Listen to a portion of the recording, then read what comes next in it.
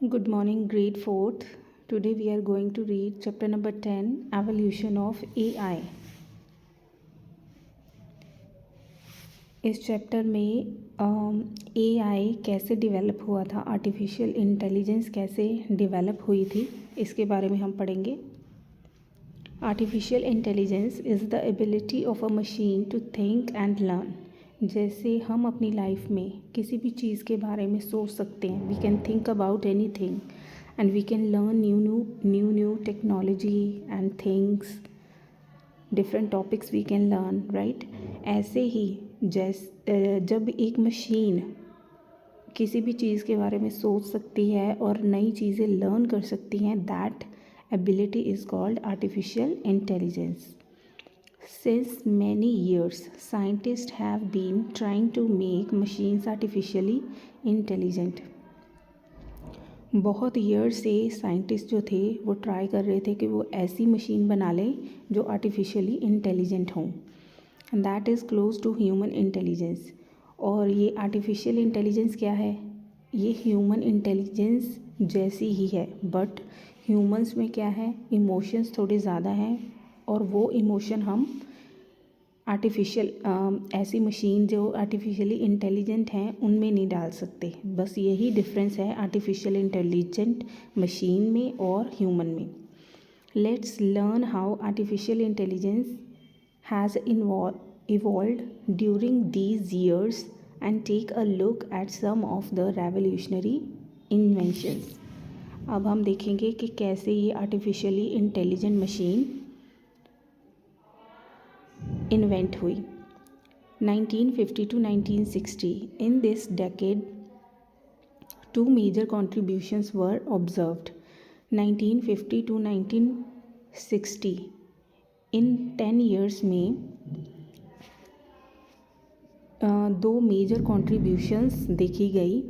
In 1950, Alan Turing submitted a paper about the possibility of creating machines that would think.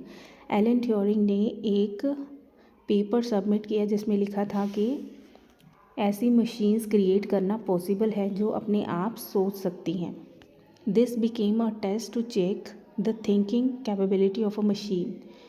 तो इससे हम एक thinking capability machine की check कर सकते थे. One of the greatest achievement of Alan Turing is the creation of bombe, a machine that code decode the encoded message. उन्होंने एक बॉम्ब नाम की मशीन बनाई थी जिसको हम एनकोडेड मैसेज, एक सिंबल की फॉर्म में मैसेज देते थे और वो उसको डीकोड कर लेते थे कि एक्चुअल में वो मैसेज क्या है. ठीक है. In 1956, John McCarthy coined the term artificial intelligence in a conference. He created one programming language, Lisp, in 1958, which has extensively used to program AI system. He is known as father of AI.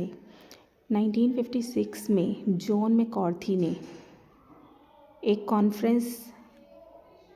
Conference में artificially intelligence word को use किया. उन्होंने एक programming language भी बनाई जिसका नाम था लिस्प 1958 में, और वह उन्हीं को फादर ऑफ एआई भी कहा जाता है. 1961 to 1970. In this decade, the first chatbot Eliza was created in MIT Artificial Intelligence Laboratory by Joseph Weizenbaum in 1966. This is what it looked like. 1961 to 1970 के बीच में एलिज़ा नाम का एक चैट बॉट इन्वेंट किया गया MIT आर्टिफिशियल इंटेलिजेंस लेबॉर्ट्री में bye John वीजनबॉम 1966 में. और ये कुछ ऐसा लगता था. You can see the picture. In 1967, Webot was created by Igor Kato. This was the first step towards building humanoid robot Webot walked with his lower limbs and was able to grip and transport object with his hands. 1967 में वेबोट नाम का एक robot बनाया गया bye इकिरो कैटो, जो humanoid था, human की तरह दिखने वाला था. You can see the picture. और ये क्या करता था, अपनी लोअर लिम्स, अपनी लेग्स के साथ आगे बढ़ता था. इट कैन वॉक, और ये डिफरेंट ऑब्जेक्ट्स को अपने हाथों में उठा भी सकता था. ठीक है.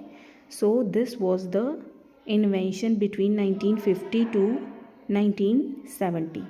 Read these 2 pages. That's it for today.